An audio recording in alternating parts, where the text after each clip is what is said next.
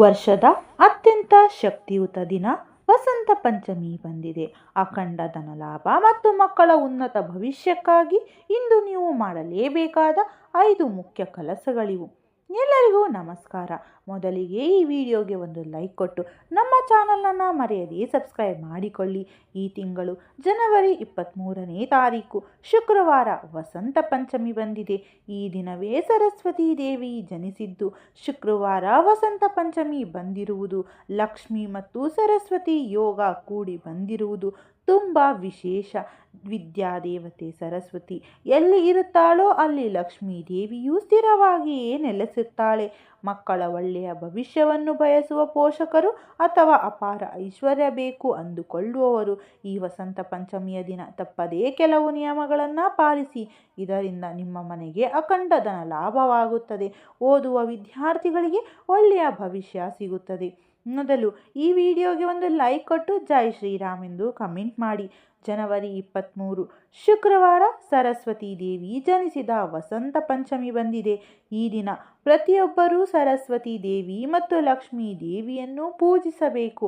ಬೆಳಗ್ಗೆ ಬೇಗ ಎದ್ದು ಇಡೀ ಮನೆಯನ್ನು ಸ್ವಚ್ಛಗೊಳಿಸಿ, ಹೊಸ್ತಿಲಿಗೆ ಹಳದಿ ಹಚ್ಚಿ, ಕುಂಕುಮದ ಬೊಟ್ಟು ಇಟ್ಟು ದೀಪ ಹಚ್ಚಿ, ವಿಶೇಷವಾಗಿ ಈ ವಸಂತ ಪಂಚಮಿಯಂದು ಸೂರ್ಯನಿಗೆ ಅರ್ಘ್ಯವನ್ನು ಅರ್ಪಿಸಿದರೆ ಅಪಾರ ಧನ ಲಾಭವಾಗುತ್ತದೆ. ಇನ್ನು ನಿಮ್ಮ ಜೀವನದಲ್ಲಿ ಹಣದ ಕೊರತೆ ಇರುವುದೇ ಇಲ್ಲ. ಹಾಗೆಯೇ ಈ ವಸಂತ ಪಂಚಮಿಯ ದಿನ ಬೆಳಗ್ಗೆ ಸ್ನಾನ ಮಾಡುವಾಗ ನೀರಿಗೆ ಸ್ವಲ್ಪ ಕಲ್ಲುಪ್ಪು ಹಾಕಿ ಸ್ನಾನ ಮಾಡಿ. ಇದರಿಂದ ದೃಷ್ಟಿದೋಷ ಮತ್ತು ಜಾತಕ ದೋಷಗಳೆಲ್ಲ ದೂರವಾಗಿ ನಿಮ್ಮ ಜಾತಕದಲ್ಲಿ ಅದೃಷ್ಟ ಹೆಚ್ಚಾಗುತ್ತದೆ. ಈ ದಿನ ಪ್ರತಿಯೊಬ್ಬರೂ ಹಳದಿ ಬಣ್ಣದ ಬಟ್ಟೆಯನ್ನು ಧರಿಸಿ. ಮುಖ್ಯವಾಗಿ ಓದುವ ಮಕ್ಕಳು ತಪ್ಪದೇ ಹಳದಿ ಬಟ್ಟೆ ಧರಿಸಲೇಬೇಕು. ನಿಮ್ಮ ಮನೆ ಹತ್ತಿರ ಸರಸ್ವತಿ ದೇವಿಯ ದೇವಸ್ಥಾನ ಇದ್ದರೆ ಅಲ್ಲಿ ದೇವಿಯ ಪಾದದ ಹತ್ತಿರ ಪುಸ್ತಕ ಮತ್ತು ಪೆನ್ನುಗಳನ್ನು ಇಟ್ಟು ನಮಸ್ಕರಿಸಿದರೆ ಒಳ್ಳೆಯ ಬುದ್ಧಿ ಮತ್ತು ವಿದ್ಯೆ ಲಭಿಸುತ್ತದೆ. ಹಾಗೆಯೇ ನಿಮ್ಮ ಮಕ್ಕಳ ಪುಸ್ತಕಗಳ ಮೇಲೆ ಹಳದಿಯಿಂದ ಓಂ ಎಂದು ಬರೆಯಿರಿ. ಮುಖ್ಯವಾಗಿ ಈ ವಸಂತ ಪಂಚಮಿಯ ದಿನ ಮಕ್ಕಳಿಗೆ ಅಕ್ಷರಾಭ್ಯಾಸ ಮಾಡಿಸಿದರೆ ತುಂಬ ಒಳ್ಳೆಯದು. ಸಣ್ಣ ಮಕ್ಕಳನ್ನು ಶಾಲೆಗೆ ಸೇರಿಸಲು ಕೂಡ ಇದು ಒಳ್ಳೆಯ ದಿನ. ಇನ್ನು ವಿದ್ಯಾರ್ಥಿಗಳು ಯಾವುದಾದರೂ ಹೊಸ ಕೋರ್ಸ್ಗಳಿಗೆ ಸೇರಬೇಕಿದ್ದರೆ ಇದು ಅತ್ಯಂತ ಉತ್ತಮ ದಿನ. ಮಕ್ಕಳಿರುವ ಪೋಷಕರು ಈ ದಿನ ತಪ್ಪದೇ ಸರಸ್ವತಿ ದೇವಿಯನ್ನು ಪೂಜಿಸಬೇಕು. ಇದರಿಂದ ನಿಮ್ಮ ಮಕ್ಕಳು ದೊಡ್ಡ ಮಟ್ಟಕ್ಕೆ ಬೆಳೆಯುತ್ತಾರೆ. ಹಾಗೆಯೇ ಲಕ್ಷ್ಮೀ ದೇವಿಯನ್ನು ಪೂಜಿಸಿದರೆ ಆಕಸ್ಮಿಕ ಧನ ಲಾಭವಾಗುತ್ತದೆ. ಸರಸ್ವತಿ ದೇವಿಯನ್ನು ಸೇವಂತಿಗೆ ಹೂಗಳಿಂದ ಮತ್ತು ಲಕ್ಷ್ಮೀ ದೇವಿಯನ್ನು ಗುಲಾಬಿ ಹೂಗಳಿಂದ ಸುಂದರವಾಗಿ ಅಲಂಕರಿಸಿ ಪೂಜೆ ಮಾಡಿ.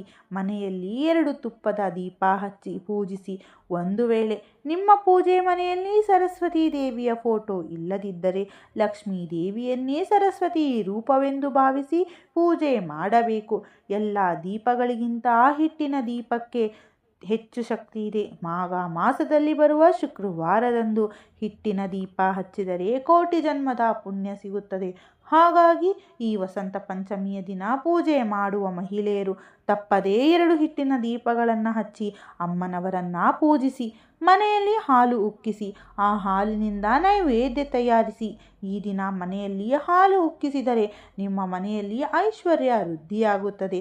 ಈ ರೀತಿ ದೇವಿಯನ್ನು ಪೂಜಿಸುತ್ತಾ ಒಂದು ಶಕ್ತಿಯುತವಾದ ಮಂತ್ರವನ್ನು ಜಪಿಸಿ. ಆ ಮಂತ್ರವೇನೆಂದರೆ ಓಂ ವದವಂದನಾ ಪಂಚಮಿ ವಾಗ್ವಾದಿನಿ ಸ್ವಾಹ, ಓಂ ವದವಂದತಾ ಪಂಚಮಿ ವಾಗ್ವಾದಿನಿ ಸ್ವಾಹ. ಈ ಮಂತ್ರವನ್ನು 21 ಬಾರಿ ಹೇಳಿ. ಇದರಿಂದ ನಿಮ್ಮ ಇಡೀ ಕುಟುಂಬಕ್ಕೆ ಒಳ್ಳೆಯದಾಗುತ್ತದೆ. ಪೂಜೆ ಮಾಡುವಾಗ ನಿಮ್ಮ ಮಕ್ಕಳ ಪುಸ್ತಕ ಮತ್ತು ಪೆನ್ನುಗಳನ್ನು ದೇವಿಯ ಫೋಟೋದ ಮುಂದೆ ಇಟ್ಟು ಪುಸ್ತಕಗಳ ಮೇಲೆ ಸ್ವಲ್ಪ ಅಕ್ಷತೆ ಹಾಕಿ ನಮಸ್ಕರಿಸಿ. ಹೀಗೆ ಮಾಡಿದರೆ ನಿಮ್ಮ ಮಕ್ಕಳು ಚೆನ್ನಾಗಿ ಓದಿ ವಿದ್ಯೆಯಲ್ಲಿ ಉನ್ನತ ಮಟ್ಟಕ್ಕೆ ಬೆಳೆಯುತ್ತಾರೆ.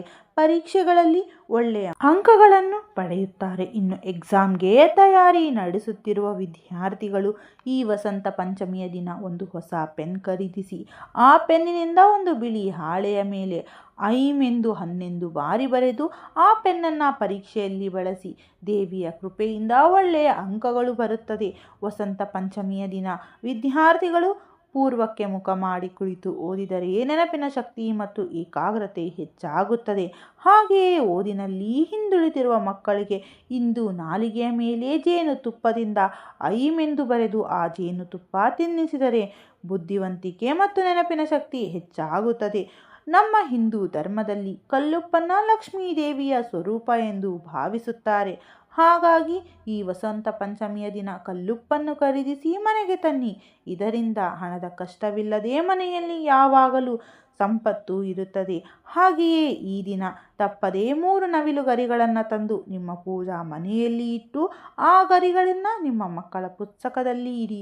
ಹೀಗೆ ಮಾಡಿದರೆ ಮಕ್ಕಳಿಗೆ ಕೆಟ್ಟ ಆಲೋಚನೆಗಳು ಬರುವುದಿಲ್ಲ ಮತ್ತು ಓದಿನಲ್ಲಿ ಏಕಾಗ್ರತೆ ಹೆಚ್ಚಾಗುತ್ತದೆ. ಈ ವಸಂತ ಪಂಚಮಿಯ ದಿನ ನೀವು ಬೇರೇನೂ ಮಾಡದಿದ್ದರೂ ಪರವಾಗಿಲ್ಲ, ನಿಮ್ಮ ಮಕ್ಕಳ ಬಲಗೈಗೆ ಹಳದಿ ಕಂಕಣವನ್ನು ಕಟ್ಟಿ. ಈ ಹಳದಿ ಕಂಕಣವನ್ನು ಹೇಗೆ ಮಾಡಬೇಕು ಅಂದರೆ, ಒಂದು ಬಿಳಿ ದಾರಕ್ಕೆ ಹಳದಿ ಹಚ್ಚಿ ಅದಕ್ಕೆ 7 ಗಂಟುಗಳನ್ನು ಹಾಕುತ್ತಾ ಓಂ ರೀಂ ಹೈಂ ಸರಸ್ವತೇ ನಮಃ ಎಂದು ಜಪಿಸಬೇಕು. ಈ ಹಳದಿ ದಾರವನ್ನು ನಿಮ್ಮ ಮಕ್ಕಳ ಬಲಗೈಗೆ ಕಟ್ಟಿ. ಹೀಗೆ ಮಾಡಿದರೆ ಮಕ್ಕಳ ಓದಿನಲ್ಲಿ ಬರುವ ಅಡೆತಡೆಗಳು ಮತ್ತು ದೃಷ್ಟಿದೋಷಗಳೆಲ್ಲ ದೂರವಾಗುತ್ತವೆ.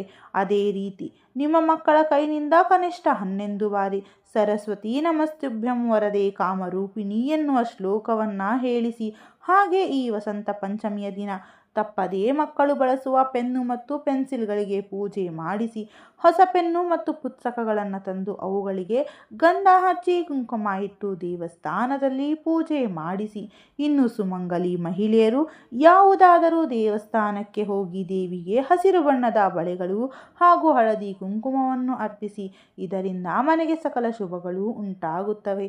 ಇನ್ನು ಸ್ವಸ್ತಿಕ್ ಗುರುತಿನಲ್ಲಿ ದೇವತೆಯು ನೆಲೆಸಿರುತ್ತಾರೆ.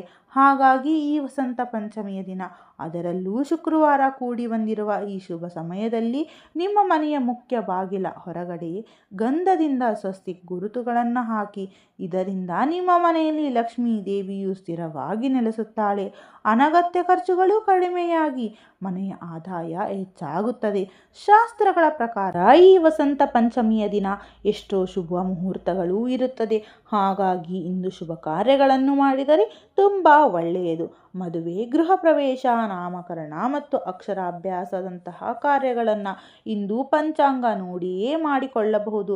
ಎಲ್ಲಕ್ಕಿಂತ ಮುಖ್ಯವಾಗಿ ಈ ದಿನ ಬಡ ವಿದ್ಯಾರ್ಥಿಗಳಿಗೆ ಪೆನ್ನು ಮತ್ತು ಪುಸ್ತಕಗಳನ್ನು ದಾನ ಮಾಡಿದರೆ ಸರಸ್ವತಿ ದೇವಿಯ ಕೃಪೆ ನಿಮ್ಮ ಮನೆಯ ಮೇಲಿರುತ್ತದೆ. ಹಾಗೆಯೇ ಬಡ ವಿದ್ಯಾರ್ಥಿಗಳಿಗೆ ಅಥವಾ ಬ್ರಾಹ್ಮಣರಿಗೆ ಹಣವನ್ನು ದಾನ ಮಾಡಿ. ಇನ್ನು ನಿಮ್ಮ ಪತಿಯ ಆದಾಯ ಹೆಚ್ಚಾಗಬೇಕು ಮತ್ತು ಅವರಿಗೆ ಎಲ್ಲರಲ್ಲೂ ಯಶಸ್ವಿ ಸಿಗಬೇಕು ಅಂದರೆ ಈ ವಸಂತ ಪಂಚಮಿಯ ದಿನ ನಿಮ್ಮ ಪೂಜಾ ಮನೆಯಲ್ಲಿರುವ ಲಕ್ಷ್ಮೀ ದೇವಿಯ ಫೋಟೋದ ಮುಂದೆ 5 ವೀಳ್ಯದೆಲೆಯನ್ನು ಇಟ್ಟು ಪೂಜೆ ಮಾಡಿ. ಪೂಜೆ ಮುಗಿದ ನಂತರ ಈ ವೀಳ್ಯದೆಲೆಗಳನ್ನು ನಿಮ್ಮ ಬೀರುವಿನಲ್ಲಿ ಅಥವಾ ಪರ್ಸ್ನಲ್ಲಿ ಇಟ್ಟುಕೊಳ್ಳಿ. ವೀಳ್ಯದೆಲೆಗಳು ವಿಪರೀತ ಧನವನ್ನು ಆಕರ್ಷಿಸುತ್ತವೆ. ಹಾಗಾಗಿ ಈ ಪರಿಹಾರ ಮಾಡಿದರೆ ನಿಮ್ಮ ಪತಿಯ ಆದಾಯ ಖಂಡಿತ ಹೆಚ್ಚಾಗುತ್ತದೆ. ಗೋಮಾತೆಯಲ್ಲಿ 33 ಕೋಟಿ ದೇವತೆಗಳು ಇರುತ್ತಾರೆ. ಹಾಗಾಗಿ ಈ ವಸಂತ ಪಂಚಮಿಯ ದಿನ ಹಸುವಿಗೆ ಬಾಳೆಹಣ್ಣು ತಿನ್ನಿಸಿ ನಮಸ್ಕಾರ ಮಾಡಿದರೆ ಸಕಲ ದೇವತೆಗಳ ಆಶೀರ್ವಾದ ನಿಮಗೆ ಸಿಗುತ್ತದೆ. ತುಳಸಿ ಗಿಡದಲ್ಲಿ ಲಕ್ಷ್ಮೀ ದೇವಿಯು ನೆಲೆಸಿರುತ್ತಾಳೆ. ಹಾಗಾಗಿ ಶುಕ್ರವಾರ ಹಾಗೂ ವಸಂತ ಪಂಚಮಿ ಕೂಡಿ ಬಂದಿರುವ ಈ ದಿನದಂದು ತುಳಸಿ ಗಿಡವನ್ನು ಮುಟ್ಟಿದರೆ ಸಾಕು, ಅಖಂಡ ಕುಬೇರ ರಾಜಯೋಗ ಕೂಡಿ ಬರುತ್ತದೆ. ತುಳಸಿ ಕಟ್ಟೆಯ ಮುಂದೆ ತುಪ್ಪದ ದೀಪ ಹಚ್ಚಿ ಪ್ರದಕ್ಷಿಣೆ ಮಾಡಿದರೆ ನಿಮ್ಮ ಮನಸ್ಸಿನ ಆಸೆ ತಕ್ಷಣ ಈಡೇರುತ್ತದೆ. ಹಾಗೆಯೇ ಇಂದು ಸಂಜೆಯ ಸಮಯದಲ್ಲಿ ನಿಮ್ಮ ಮಕ್ಕಳ ಕೈಯಿಂದ ತುಳಸಿ ಕಟ್ಟೆಯ ಮುಂದೆ ತುಪ್ಪದ ದೀಪ ಹಚ್ಚಿಸಿ 3 ಪ್ರದಕ್ಷಿಣೆ ಮಾಡಿಸಿ. ಹೀಗೆ ಮಾಡಿದರೆ ಮಕ್ಕಳ ಕೆಟ್ಟ ಸಹವಾಸದಿಂದ ದೂರವಾಗುತ್ತಾರೆ. ಅವರಿಗೆ ಒಳ್ಳೆಯ ಸಂಸ್ಕಾರ ಮತ್ತು ವಿನಯ ಬರುತ್ತದೆ. ಮಕ್ಕಳ ಜಾತಕದಲ್ಲಿ ಗುರುಕೃಪೆ ಇದ್ದರೆ ಮಾತ್ರ ಅವರಿಗೆ ಒಳ್ಳೆಯ ಭವಿಷ್ಯವಿರುತ್ತದೆ. ಹಾಗಾಗಿ ಈ ವಸಂತ ಪಂಚಮಿಯ ದಿನ ಶಾಲೆಯ ಶಿಕ್ಷಕರಿಗೆ ನಿಮ್ಮ ಮಕ್ಕಳ ಕೈಯಿಂದ ಬಾಳೆಹಣ್ಣನ್ನು ಕೊಡಿಸಿ. ಹೀಗೆ ಮಾಡಿದರೆ ಮಕ್ಕಳಿಗೆ ಒಳ್ಳೆಯ ಭವಿಷ್ಯವಿರುತ್ತದೆ. ಇನ್ನು ಉದ್ಯೋಗಕ್ಕಾಗಿ ಪ್ರಯತ್ನಿಸುತ್ತಿರುವವರು ಕೆಲಸ ಸಿಗುವ ಕೊನೆಯ ಕ್ಷಣದಲ್ಲಿ ಕೈ ತಪ್ಪಿ ಹೋಗುತ್ತಿದ್ದರೆ ಇಂದು ದಕ್ಷಿಣಾಮೂರ್ತಿ ಅಷ್ಟಕವನ್ನು ಪಠಿಸಿ. ತಕ್ಷಣವೇ ಒಳ್ಳೆಯ ಕೆಲಸ ಸಿಗುತ್ತದೆ. ನಮ್ಮಲ್ಲಿ ಬಹಳಷ್ಟು ಜನ ಸಾಲದ ಸಮಸ್ಯೆ ಮತ್ತು ಬಡತನದಿಂದ ಕಷ್ಟಪಡುತ್ತಿರುತ್ತಾರೆ.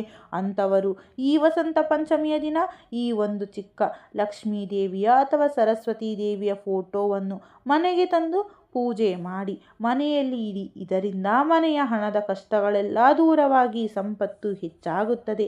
ಈ ವಿಡಿಯೋ ನಿಮಗೆ ಇಷ್ಟವಾಗಿದ್ದರೆ ಲೈಕ್ ಮಾಡಿ ಮತ್ತು ಮರೆಯದೆ ಚಾನಲನ್ನು ಸಬ್ಸ್ಕ್ರೈಬ್ ಮಾಡಿಕೊಳ್ಳಿ. ಶುಭವಾಗಲಿ.